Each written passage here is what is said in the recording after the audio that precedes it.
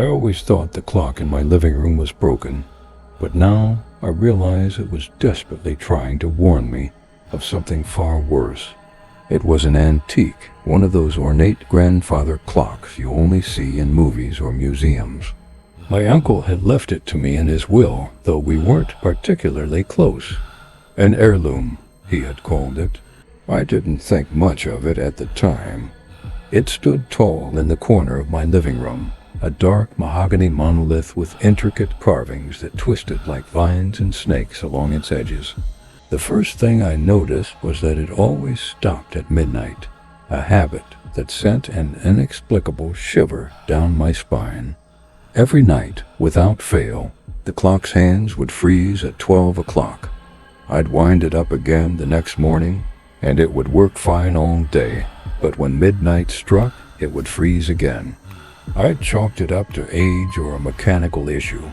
Still, there was something unsettling about it, as though it wasn't malfunctioning, but choosing to stop. One night, as I sat in my living room scrolling through my phone, the clock chimed. It was a deep, resonant sound that seemed to linger in the air, vibrating through the walls like a low, ominous growl. I glanced up. Midnight. The hands of the clock froze in place, as they always did. But something was different this time. I felt a chill run down my spine, and the air in the room seemed heavier, almost oppressive. I dismissed it as my imagination and went to bed. The next morning, I woke up to find the clock's hands still frozen at midnight. That wasn't unusual, but when I tried to wind it up, the key wouldn't budge. It was as if the clock didn't want to be touched. I shook my head and left for work, deciding to deal with it later. That evening, I invited my neighbor, Liz, over for dinner.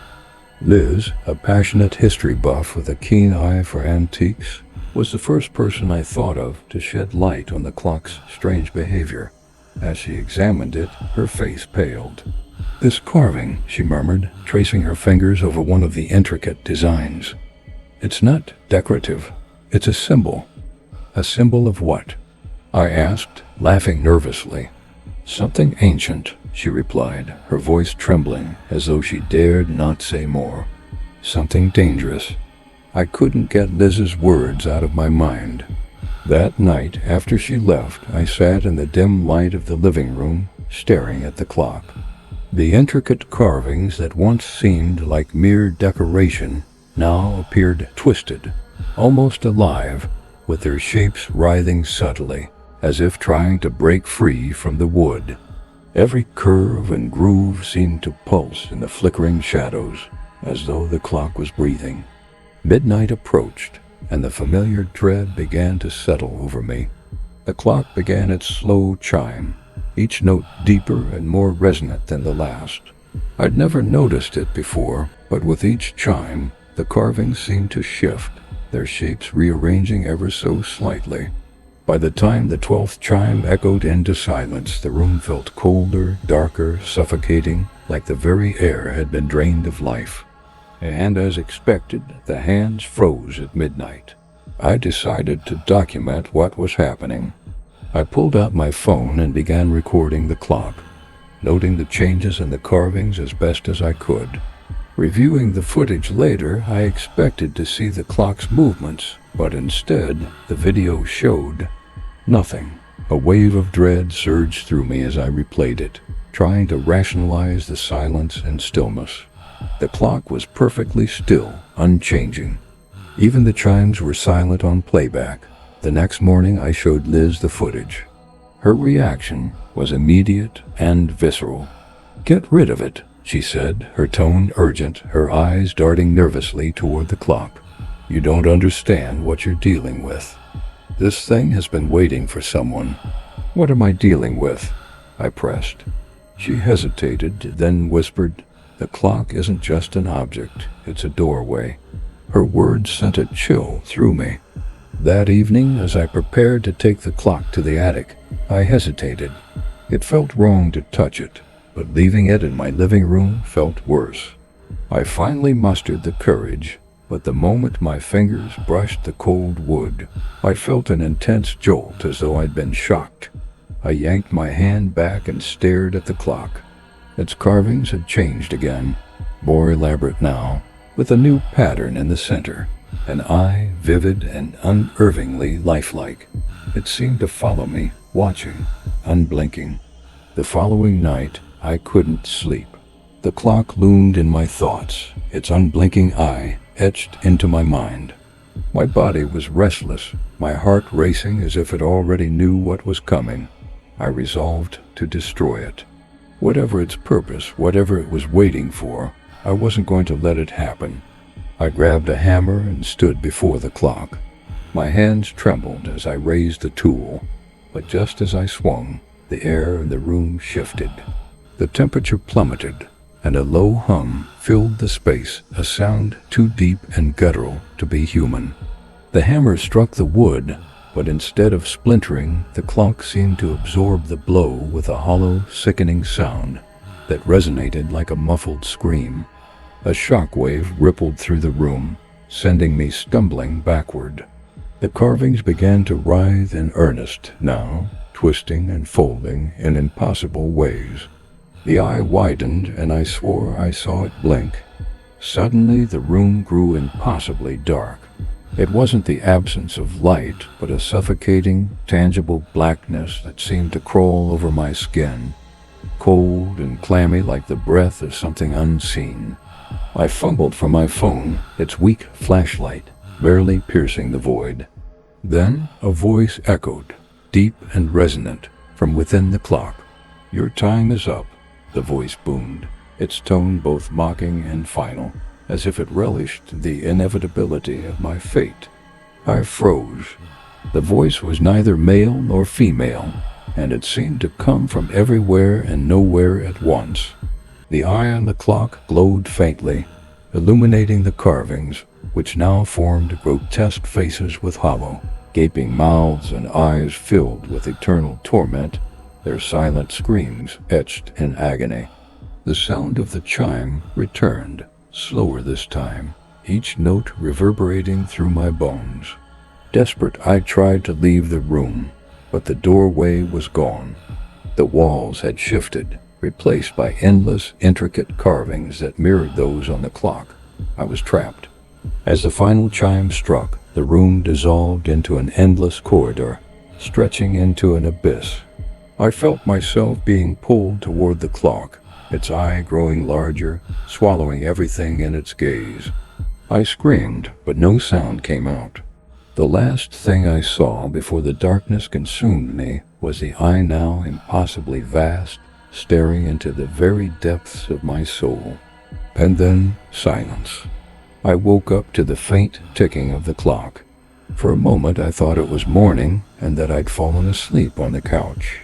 My body felt heavy, my thoughts clouded, as if waking from a dream too vivid to forget. But when I opened my eyes, I wasn't in my living room anymore. I was in the corridor. It stretched infinitely in both directions, lined with countless grandfather clocks identical to mine. The dim light flickered weakly, casting warped shadows that danced across the polished surfaces of the clocks.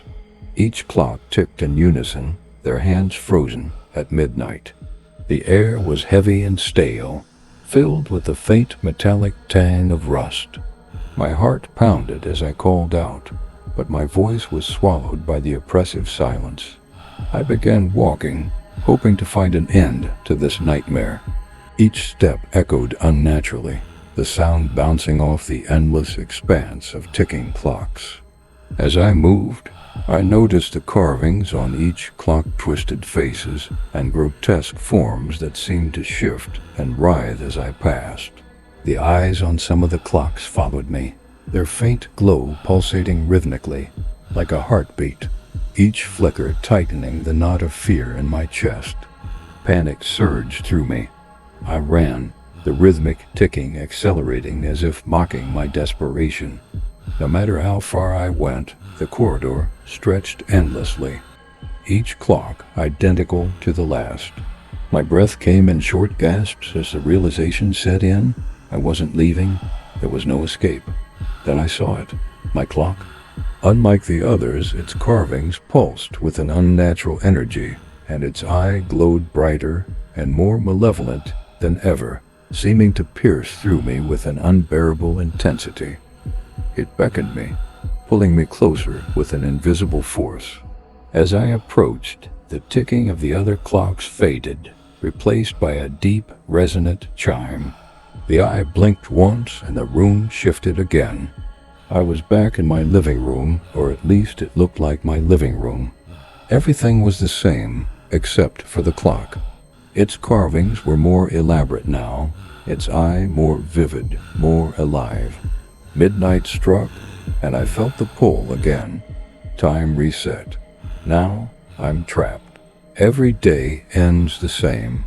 Every night I stand before the clock, unable to stop myself from reliving the horror. I destroy it, I run, I scream, but nothing changes. Midnight always comes, and the cycle begins anew. If you ever come across a clock like mine, don't take it home. Leave it. Burn it. Run as far and as fast as you can. Do whatever it takes to escape, because once it claims you, there's no escaping its grasp. Because once it has you, there's no going back. Every night at 3:14 a.m. I wake up gasping for air, my clock flashing as if mocking me. My apartment is my sanctuary, or at least it used to be. It's the kind of place that's supposed to feel safe, a fortress of buzzing servers, humming gadgets, and the familiar blue glow of screens. But lately, it started to feel wrong. Shadows move where there shouldn't be any. There's this faint metallic scent in the air, like something rusting, but I can never find the source. The first time it happened, I thought it was just exhaustion. I'd been up late coding, staring at algorithms until my brain felt like static. Then, at exactly 3:14 a.m., I woke up. My clock was flashing bright enough to burn through my closed eyelids. For a second, I thought I heard breathing, faint and hollow, coming from inside the walls. I told myself it was just in my head, and eventually drifted back to sleep, though not easily. But it kept happening. Night after night, always at the same time. I'd wake up gasping, my heart pounding, as though I'd just escaped something terrible in a dream I couldn't remember. And the clock. The numbers didn't always look right.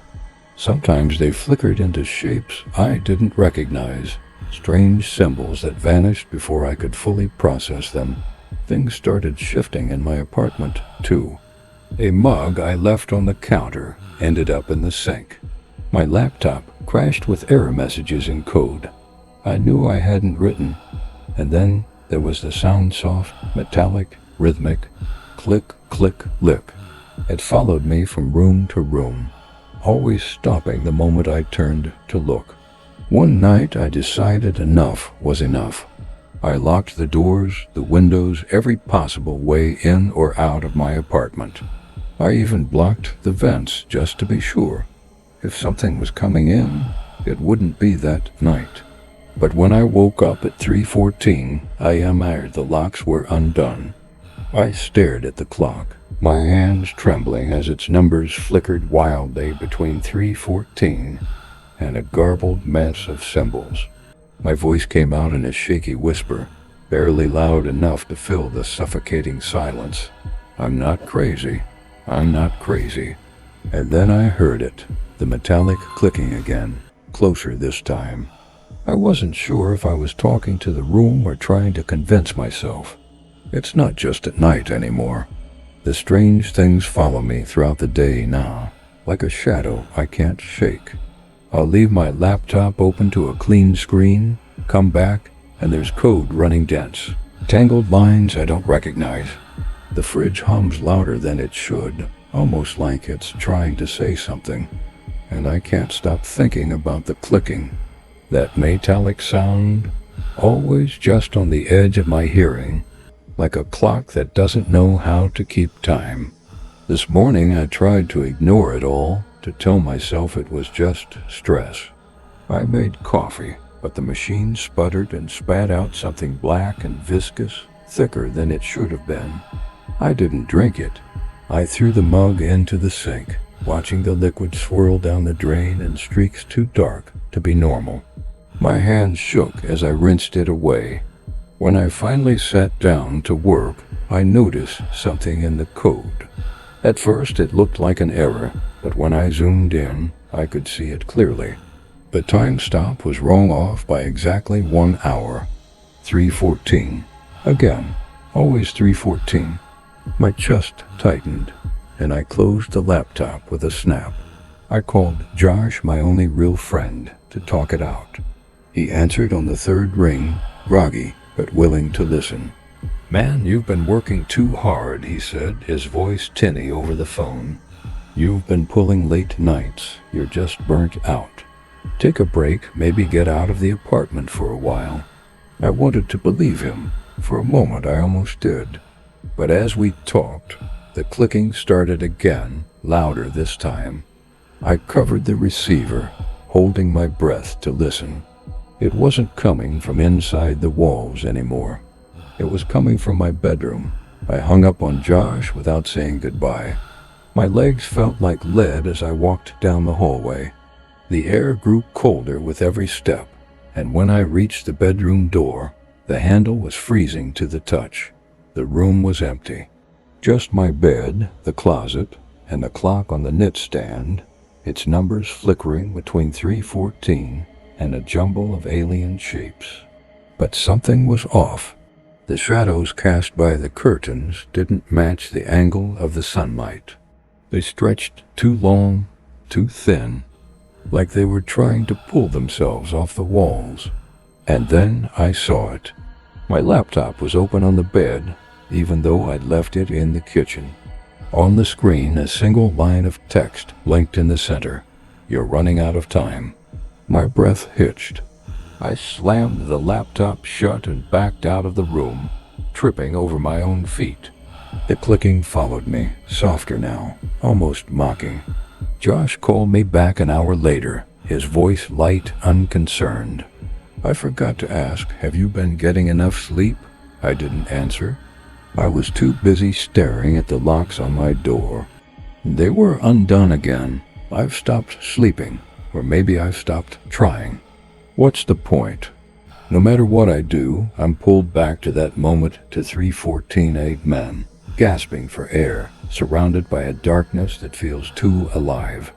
The clicking has become my constant companion. It doesn't stop anymore. It's there in the silence of the night, in the hum of the refrigerator, even in the static between songs on the radio. Last night I tried something different.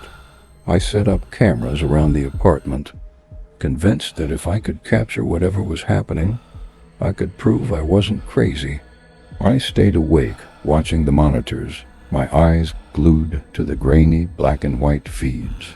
At first everything seemed normal, just the empty rooms, the faint hum of electronics. But then, at exactly 3:14, the screens flickered. For a moment I saw something, a shape, a figure moving through the living room.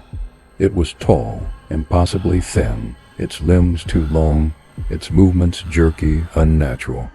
I froze, my breath caught in my throat. The figure stopped in front of the camera, its face just out of frame, but I could feel it staring, watching me. The footage cut to static. I ran to the living room, my heart pounding, clutching the nearest thing I could find, a heavy wrench from my toolbox. The air was freezing, my breath visible in the dim light, but the room was empty. No signs of movement, no figure, just the faint metallic scent that had been haunting me for days. I checked the camera. The SD card was gone. That's when I started testing the loop. I left the apartment, walked down the street, and stood in the middle of the sidewalk. It was 3:13. My watch ticked forward, and as the minute hand hit 3:14, the world flickered. Just for a second, like a power surge. And then I was back in my apartment, sitting on the edge of my bed, Gasping for air, the clock flashed. 3:14 a.m. It's not just the apartment. It's me. I'm trapped, and whatever is doing this doesn't want me to leave. Desperate for answers, I started tearing the place apart. I ripped open the walls, pulled up the floorboards, searching for anything, wires, cameras, some kind of device. But all I found was dust and silence. The clicking grew louder, echoing around me like a taunt. I shouted into the emptiness, my voice raw and hoarse. "What do you want from me?" The clicking stopped. For the first time in days, there was silence. And then, from the corner of the room, a voice, low, mechanical, and far too close. "You're running out of time." I turned, but there was nothing there. Just the clock, its numbers flickering wildly, and the reflection of something standing behind me in the glass. I froze, unable to turn around. The reflection in the glass was clear, sharper than reality, something tall and skeletal, its limbs bending at unnatural angles. Its face, if you could call it that, was smooth and featureless, like stretched wax. And yet I could feel its gaze piercing through me, more real than anything I'd ever felt. The voice came again, low and distorted, as if it were speaking directly into my mind. "You made this. Now you live it." I stumbled back, the words cutting through my panic like shards of glass. What do you mean?" My voice cracked, trembling with fear. The creature didn't move, but the room around me shifted. The walls warped, the ceiling stretched, and the floor seemed to tilt beneath my feet. The reflection in the clock glass rippled, showing glimpses of something else, a room filled with wires, monitors, and blinking red lights. It was familiar, painfully so. My home office. Then it hit me. The project. My project. Months ago, I'd been working on a prototype, a program designed to predict time-sensitive outcomes, a way to loop through simulations until the best possible path emerged.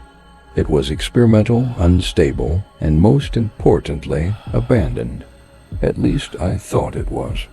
But somehow I'd been dragged into my own broken algorithm, trapped in an endless loop of my own making. The figure in the reflection tilted its head, almost mocking me. The metallic clicking resumed, louder and faster, like a countdown. I didn't need to see a clock to know it was nearing 3:14 again. "I can fix this," I muttered, stumbling toward the bedroom where I kept the prototype hardware. My hands fumbled with the wires and circuits, my mind racing to remember the fail-safe protocol. But the device was different now. Pieces had been rearranged, parts added that I didn't recognize.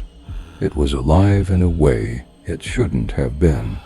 The clicking grew deafening, each tick like a hammer against my skull. The air in the room seemed to thicken, pressing down on me, as if the loop itself was fighting back. My hands shook as I punched in the override code, my vision blurring with every passing second. 3:13.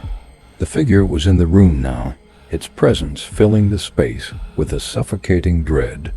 I could feel it looming over me, its breath cold against the back of my neck. 3:14. I slammed the final key, the device sparking to life. A blinding light erupted from the circuits, flooding the room in an electric white glow. The figure let out a distorted screech, a sound that tore through me like nails on glass. And then, everything went silent. When I opened my eyes, I was still in my apartment. The room was eerily quiet. No hum of electronics, no clicking in the distance. The clock on my nightstand read 6:47 a.m., its numbers glowing faintly in the dim morning light. For the first time in weeks, I wasn't waking up at 3:14. I stumbled out of bed, my legs weak and trembling, and made my way to the living room. Everything was just as I'd left it. Furniture overturned, the walls scarred from where I'd torn them open. The air felt heavier, but the metallic scent was gone. Whatever had been haunting me seemed to have vanished, but something still felt wrong. I checked the prototype on my desk. It was fried, its circuits blackened and wires melted into an unrecognizable tangle. Whatever I'd triggered last night had destroyed it completely. A part of me wanted to celebrate, to believe I'd finally escaped, but I couldn't shake the feeling that I'd only scratched the surface of something far bigger than myself. The morning dragged on.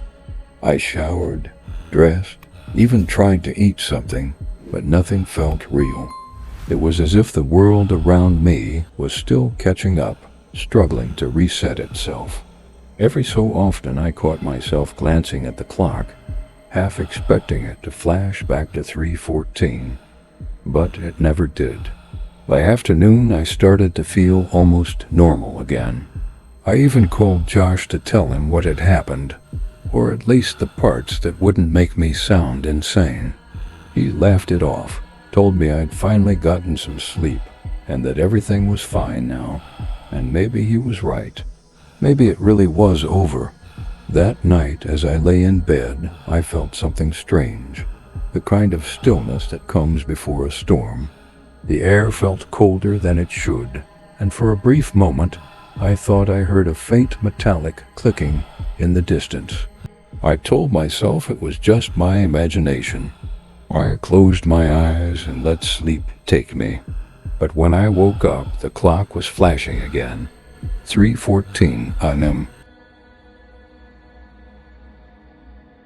We all fell asleep after the fireworks. We all woke up to the same morning again. It started on the 4th of July, the kind of day that feels soaked in nostalgia and red, white, and blue traditions. Our little town, Elmwood, was alive with laughter, the streets lined with families waving sparklers, kids chasing each other, and the smell of barbecue wafting through the air. For once, everyone seemed happy. I remember the fireworks lighting up the night sky. We all gathered at the park to watch, blankets spread out on the grass, kids screaming every time a rocket went off. The finale was always the same, an explosion of color, spelling Elmwood forever in bright sparks.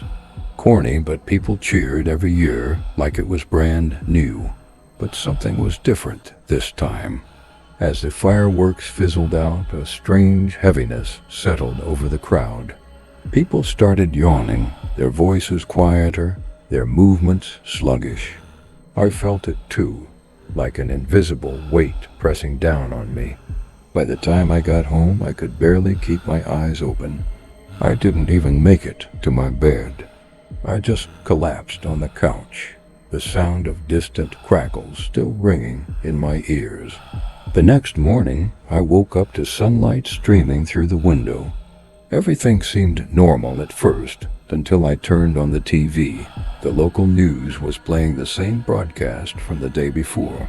The same words, the same images, like a video stuck on replay. I checked my phone only to find the date hadn't changed. July 4th. It wasn't just me. The neighbors were outside, looking confused, asking each other the same questions. Didn't we already do this?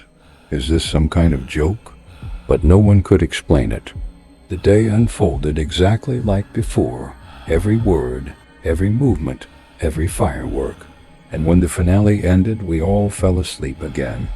This morning, it happened a third time. I thought I was losing my mind. By the third loop, everything felt wrong. Not just the repetition, the same fireworks, the same conversations, the same clouds drifting lazily across the same sky, but the people. They didn't act like themselves anymore. At first, everyone was just as confused as I was. My mom kept muttering about bad fireworks fumes, but she didn't seem all that worried. My best friend Rachel cracked jokes about government experiments and alien abductions, but the laughter didn't reach her eyes. And by the second loop, people started shrugging it off, like it was just another odd thing Elmwood could blame on small-town weirdness. But not me. I started paying attention. During the fourth loop, I noticed Mr. Carpenter, the guy who runs the diner, didn't wave back when I passed. Normally, he's all smiles, handing out extra fries to kids and calling everyone buddy. But now he just stared, his face blank, his movements jerky like a puppet on strings. And then there were the shadows. I didn't see them at first, not really. They'd flicker at the edges of my vision, too fast to catch, too vague to pin down. But when the fireworks started that night, I saw one clearly, a long, thin shape stretching where it shouldn't, moving as if it had a life of its own. I turned to Rachel to ask if she saw it too, but she just smiled, the same forced smile she'd given me every loop. The morning after the fifth loop, things escalated. I woke up earlier than usual, before the sun was fully up. My little sister, Emily, was in the living room, drawing something on a piece of paper. She looked up at me, her eyes wide and unblinking, and held up her sketch. It was the fireworks, but twisted black streaks replacing the vibrant colors, shapes hidden within the sparks that looked like hands or claws. Beneath it, she'd written words in a shaky scrawl. "They're watching." "Who's watching?" I asked, my voice shaking. She didn't answer. She just pointed toward the park. I didn't tell anyone about the drawing. What could I say? That my 8-year-old sister had suddenly started channeling horror movie vibes? Instead, I stuffed it into my bag and tried to act normal. But that night, during the fireworks, I couldn't shake the feeling that something was wrong. I scanned the crowd, looking for anything out of place. That's when I saw her, a woman I didn't recognize, standing at the edge of the park. She wasn't clapping or cheering like the others. She was watching us.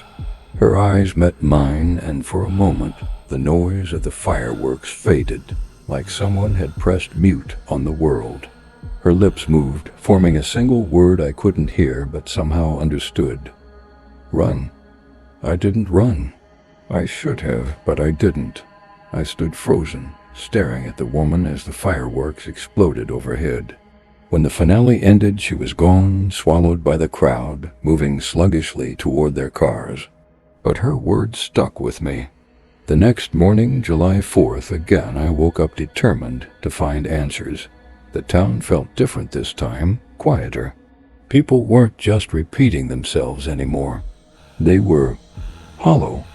Their conversations sounded mechanical. Their smiles were stretched too wide. Even Rachel wasn't herself. When I asked her if she remembered the loops, her face twitched like she was fighting something. Then she shrugged and said, "Don't overthink it," her voice flat and cold. I knew I had to go to the park. Emily followed me, clutching a new drawing. This one was worse than the last, a figure with impossibly long arms, standing under a jagged sky, surrounded by what looked like fireworks or cracks in the air.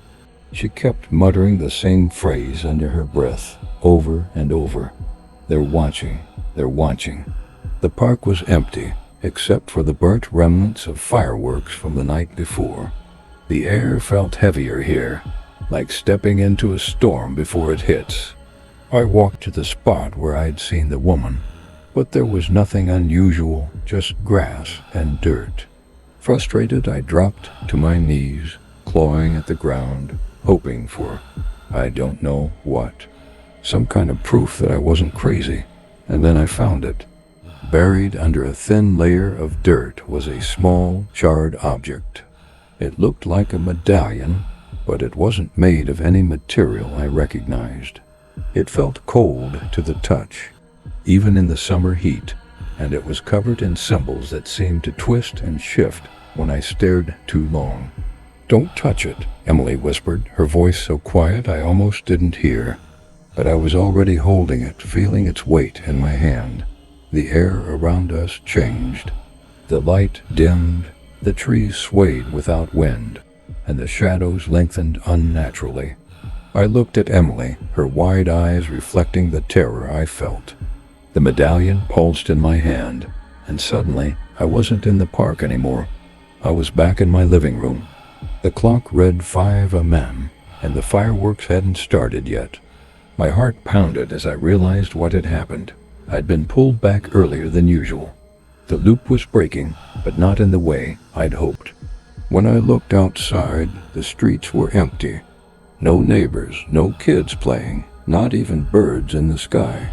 And then I saw a figure standing at the edge of my yard.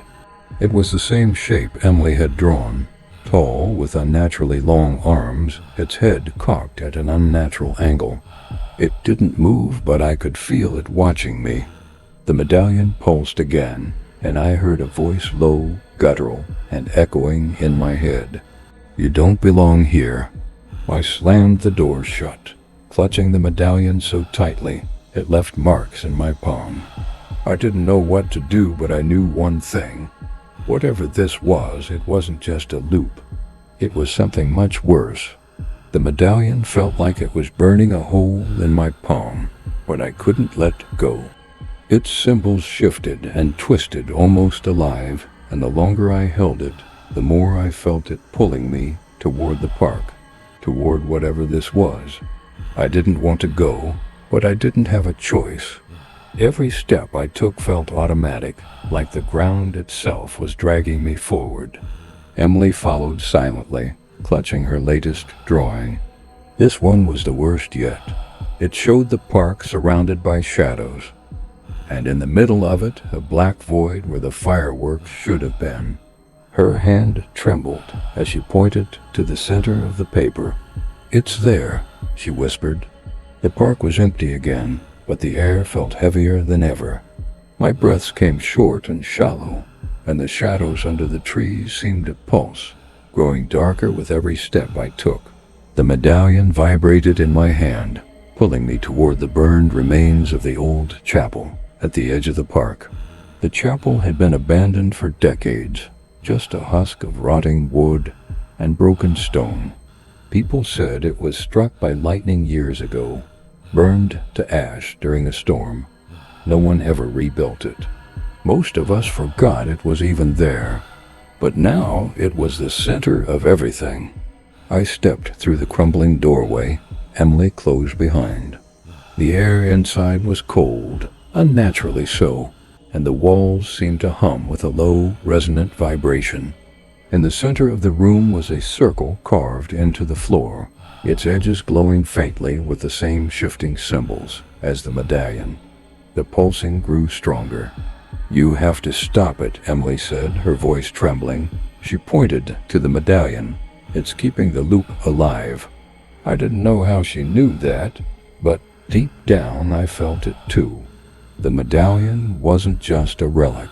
It was a key, and it had been left here for someone to find, for me to find. The shadows moved. They slithered along the walls, converging in the center of the room. A figure began to take shape, the same impossibly tall, long-armed thing that had been watching me. Its face was blank, smooth like stretched leather, but its presence was overwhelming. The air buzzed with its energy, and its voice filled the room, low and distorted. The loop must continue. "No!" I shouted, holding up the medallion. Its glow intensified, the symbols spinning faster. "I'm breaking this now." The figure lunged, its limbs stretching unnaturally as it closed the distance between us. I threw the medallion into the circle, and the ground beneath us shook violently. Light erupted from the carvings, blinding and searing, as the figure screamed, a sound so raw and alien, it felt like it would split me apart. The light consumed everything. When I opened my eyes, the world was quiet, too quiet. The park was gone. The trees, the chapel, the shadows, it was all erased, replaced by an empty field, bathed in soft morning light. For a moment I thought I had finally escaped. My hands were empty, the medallion nowhere to be found, and the air felt lighter, easier to breathe. But something wasn't right. Emily was standing a few feet away, staring at me with wide, unblinking eyes. She wasn't holding a drawing anymore, and her face was pale, her lips trembling. "Did we do it?" I asked, my voice hoarse. She didn't answer. She just pointed to the sky. Above us, the fireworks began again, bright, silent bursts of color painting the air. But these weren't the celebratory sparks I'd seen 100 times. They were wrong. The colors bled into each other, forming shapes I couldn't describe, patterns that made my stomach twist. And beneath the lights, the shadows returned, swirling at the edges of the field, watching. The loop hadn't ended. It had changed. Emily grabbed my hand, her grip cold and firm. "They're still here," she whispered, "and now they're angry." I tried to speak, to ask her what she meant, but my voice wouldn't come. The shadows pressed closer, and I felt the weight of their gaze like a hand squeezing my chest. The medallion had done something. I had done something, but instead of breaking the loop, I'd made it worse. The air grew colder, the fireworks more violent. I held Emily close as the light swallowed us. My last thought a desperate prayer that I'd wake up somewhere else. Anywhere else. But when I woke, I was back in my living room. The clock on the wall read 5 a.m. I didn't need to check the date. I already knew. If you enjoyed these chilling tales, don't forget to let us know in the comments which story kept you up at night. Your feedback inspires us to create even more haunting adventures. Hit that like button to support the channel, share this video with your friends who love a good scare, and don't forget to subscribe so you never miss another eerie encounter. And hey, if you have your own creepy story, drop it in the comments. We might feature it in a future video. Finally, check out the videos popping up on your screen right now for even more spine-tingling content. Trust me, you don't want to miss them. Stay safe and sleep well.